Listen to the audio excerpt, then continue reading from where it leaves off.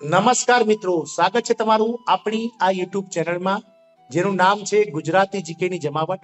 મિત્રો, આજના વિડીયોમાં આપણે વાત કરીશું 7મા પગાર પંચ અંતર્ગત કેન્દ્રીય કર્મચારીઓ અને પેન્શનર્સ સાથે રાજ્ય સરકારના કર્મચારીઓ અને પેન્શનર્સ માટે ખૂબ જ અગત્યના સમાચાર છે, જેમાં ડીએ ની સાથે મિત્રો એચઆરએ એટલે કે હોમ રેન્ટ એલાઉન્સ પણ વધશે અને પગારમાં મિત્રો 20,484 રૂપિયાનો વધારો થશે. આ તમામ મિત્રો જે માહિતી છે, કઈ રીતે પગાર વધશે અને ડીએ વત્તા એચઆરએ કઈ રીતે વધશે, આ તમામ માહિતી આજના વિડીયોમાં મેળવીશું. તો વિડીયોના અંત સુધી બન્યા રહેશો. જો તમે અમારી ચેનલમાં નવા હોય તો અમારી ચેનલને સબસ્ક્રાઇબ કરી અને બેલ આઇકોન દબાવી દેજો મિત્રો, જેથી કરીને અમારી ચેનલના નોટિફિકેશન તમને સરળતાથી ઉપલબ્ધ થઈ જાય. તો મિત્રો, ડીએ ની સાથે એચઆરએ પણ વધશે. પગારમાં 20,484 રૂપિયાનો વધારો થશે.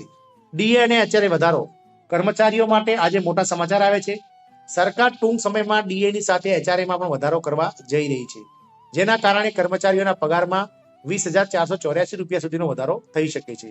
ચાલો જાણીએ વિગતવાર કોણ કરશે આ લાભ મેળવો, કોને કોને આ લાભ મળશે. મિત્રો, સારા સમાચાર આવવાના છે. વર્ષ 2024 ની શરૂઆત કેન્દ્ર સરકારના કર્મચારીઓ માટે સારા સમાચાર સાથે થશે. ટૂંક સમયમાં તેમનું મોંઘવારી ભથ્થું એટલે કે ડિયરનેસ એલાઉન્સ વધીને 50% પાર કરશે. હાલમાં મોંઘવારી ભથ્થું મિત્રો 1 જુલાઈ 2023 થી જે 42% વધારીને 46% કરવામાં આવ્યું છે. એટલે કે હાલમાં 46% દરે જે છે તે મોંઘવારી ભથ્થું ચૂકવવામાં આવે છે. પરંતુ મોંઘવારી ભથ્થામાં વધારા સાથે કર્મચારીઓના અન્ય ભથ્થામાં પણ 3%નો વધારો થશે. આ કારણે તેના પગારમાં ભારે વધારો થવાની સંભાવના છે. મિત્રો, એચઆરએ કઈ રીતે વધશે તો એ જાણીએ. ભથ્થામાં 3%નો વધારો. તો મિત્રો, કેન્દ્રીય કર્મચારીઓને મોંઘવારી ભથ્થા સિવાય અનેક પ્રકારના ભથ્થા મળે છે. આમાંથી એક હાઉસ રેન્ટ એલાઉન્સ એટલે કે એચઆરએ છે. કેન્દ્ર સરકારે આ વધારા અંગેના નિયમો સ્પષ્ટ કર્યા છે. આ નિયમ માત્ર મોંઘવારી ભથ્થા સાથે સંબંધિત છે. વર્ષ 2021માં જ્યારે મોંઘવારી ભથ્થું 25%ને વટાવી ગયું ત્યારે એચઆરએમાં સુધારો થયો. જુલાઈ 2021માં ડીએ 25%ને વટાવતા જ એચઆરએમાં 3%નો ઉછાળો આવ્યો હતો. એચઆરએના પ્રવર્તમાન દરો જે છે મહાનગરપાલિકાઓમાં 27%, નગરપાલિકાઓમાં એટલે કે જિલ્લાઓમાં ને એમાં શહેરોમાં 18% અને ગ્રામ્ય લેવલે 9% છે.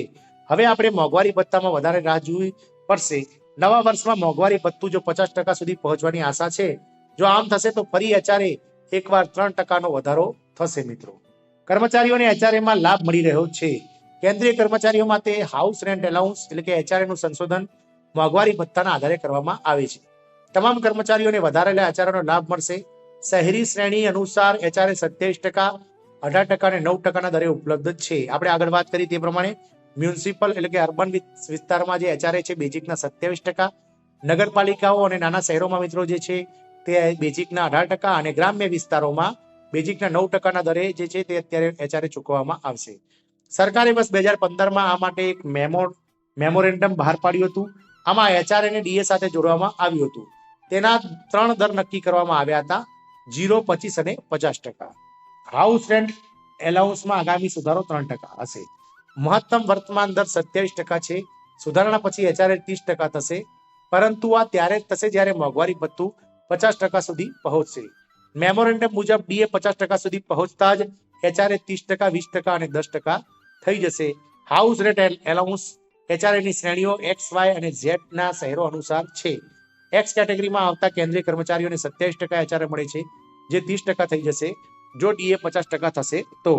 તે જ સમયે વાય વર્ગના લોકો માટે તે 18% થી વધીને 20% થઈ જશે અને ઝેડ કક્ષાના લોકો માટે તે 9% થી વધી અને 10% થઈ જશે. એચઆરએમાં એક્સ, વાય અને ઝેડ શ્રેણીઓ શું છે? 50 લાખથી વધુ વસ્તી ધરાવતા શહેરો એક્સ શ્રેણીમાં આવે છે, એટલે કે અર્બન મ્યુનિસિપલ શહેરો જે છે તેઓ એક્સ શહેરમાં આવે છે. આ શહેરોમાં તેના કેન્દ્રીય કર્મચારીઓને 27% એચઆરએ હાલ ચૂકવવામાં આવશે, જ્યારે વાય કેટેગરીના શહેરોમાં તે 18% અને ઝેડ કેટેગરીમાં 9% રહેશે. એચઆરએની ગણતરી કેવી રીતે થાય છે? તો મિત્રો, 7મા પ્રે મેટ્રિક્સ અનુસાર લેવલ 1 પર ગ્રેડ પે પર કેન્દ્રીય કર્મચારીઓનો મહત્તમ બેઝિક વેતન 56,900 રૂપિયા પ્રતિ મહિને છે. ત્યારબાદ તેમના એચઆરએની ગણતરી 27%ના દરે કરવામાં આવે છે. જો તમે સાદી ગણતરી સમજો તો એચઆરએ 56,900 ગુણ્યા 27 ભાગ્યા 100 બરાબર 15,363 રૂપિયા પ્રતિ માસ હાલ તેમને એચઆરએ મળે છે.